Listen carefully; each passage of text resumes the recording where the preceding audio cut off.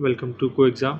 आज हम लोग आनंदाशुलिपि मासिक पत्रिका की प्रतिलेखन संख्या 28 को 100 की स्पीड में करने वाले हैं। डिक्टेशन 5 सेकंड बाद स्टार्ट होगा।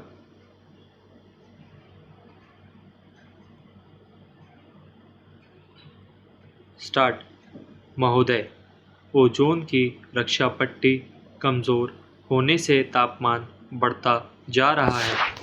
मौसम का क्रम बिगड़ रहा है। पानी के परंपरागत स्रोत नष्ट हो रहे हैं। भूमि की उर्वर शक्ति तेजी से क्षीण हो रही है। भूक्षरण, मिट्टी कटाव, बाढ़, अकाल आदि की विभीषिका तेजी से बढ़ रही है। बंजर क्षेत्र व रेगिस्तानों का विस्तार हो रहा है।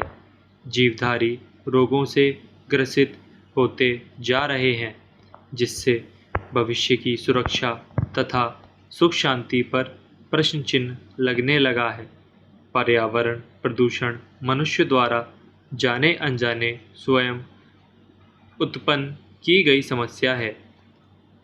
तीव्र औद्योगिकीकरण, वनों के बेरोक-टोक कटाव, नदियों में कूड़े कचरे का प्रवाह, कृषि में रसायनों का असंतुलित प्रयोग और निरंतर तेजी से बढ़ती जनसंख्या आदि द्वारा पर्यावरण को बिगाड़ने के लिए मनुष्य पूरी तरह से जिम्मेदार है।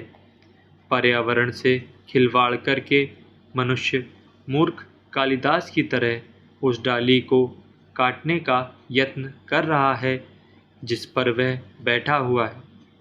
कालांतर में पर्यावरण का प्रदूषण मनुष्य के लिए नहीं, सभी जीव जंतुओं के लिए अभिशाप बन जाएगा। आगे आने वाली पीढ़ियां इस अभिशाप के लिए पूर्वजों को कोसती रहेंगी। पर्यावरण प्रदूषण का क्षेत्र निरंतर बढ़ता जा रहा है।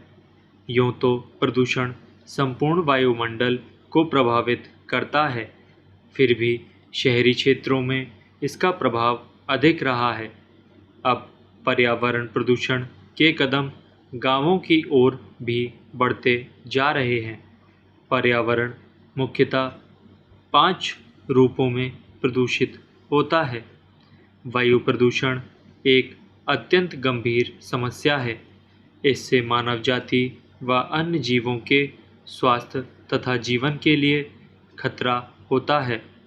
कल कारखानों से छोड़े गए धुएं व धूल के कणों तथा नाना प्रकार की गैसों, सड़कों पर दौड़ते मोटर वाहनों के धुएं आदि से वायुमंडल तेजी से प्रदूषित होता जा रहा है। शहरों के घोट भरे वातावरण में सांस लेना दूभर हो गया है। उदाहरण के लिए उत्तर प्रदेश की प्रमुख मंडी हापुड़ में स्थापित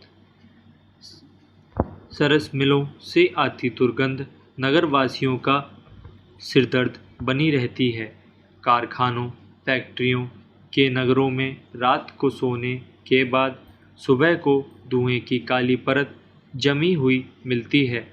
स्वतः ही अनुमान लगाया जा सकता है कि विषाक्त गैसें श्वास द्वारा मनुष्य के फेफड़ों में जाकर स्वास्थ्य पर कितना कुठाराघात करती होंगी।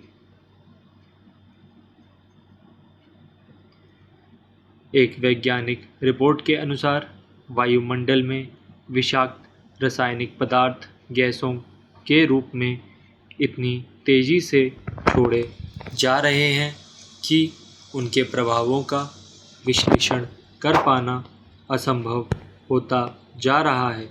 वायुमंडल में फैली हुई विषाक्त हवाएं दूर जाकर वर्षा के साथ धरती पर बरसकर कृषि, वनस्पति और वनों को क्षति पहुंचाती हैं। अनेक देशों में तेजाबी वर्षा इसी वायु प्रदूषण का परिणाम है।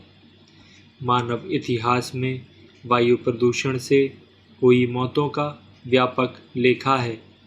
1972 में लंदन के ब्लैक फॉग में सल्फर डाइऑक्साइड गैस के कारण लगभग 5000 व्यक्ति मौत की नींद सो गए थे। स्टॉप।